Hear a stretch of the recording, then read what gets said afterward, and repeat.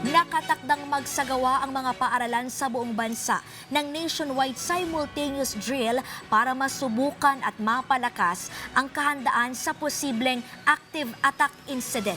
Yan ang sentro ng balita ni Floyd Brenz.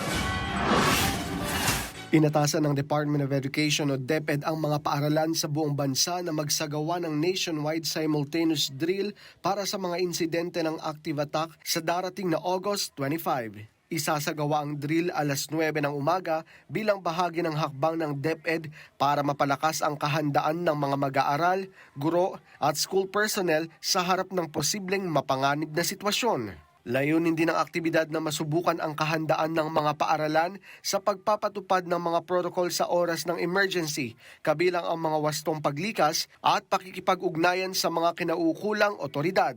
Ayon sa DepEd, dapat isagawa ang drill sa paraang angkop sa edad ng mga mag-aaral at hindi dapat magdulot ng trauma. Hinikayat din ang mga paaralan na palakasin ang kanilang contingency plans at tiyaking alam ng lahat kung ano ang dapat gawin sa oras ng emergency. Binigyan din na mahalagang maisama sa pagpaplano ang kapakanan at kaligtasan ng mga mag-aaral, lalo na ng mga bata at mga may espesyal na pangangailangan. Samantala, ang mga paaralang nakapagsagawa na ng kaparehong drill ay hindi na kailangang ulitin ito, pero kailangan pa rin magsumite ng kinakailangang dokumentasyon sa DepEd. Sa pamamagitan ng simultaneous drill, umaasa ang DepEd na mas mapapalakas ang kamalayan at kahandaan ng mga paaralan sa pagharap sa anumang banta sa kaligtasan ng school community.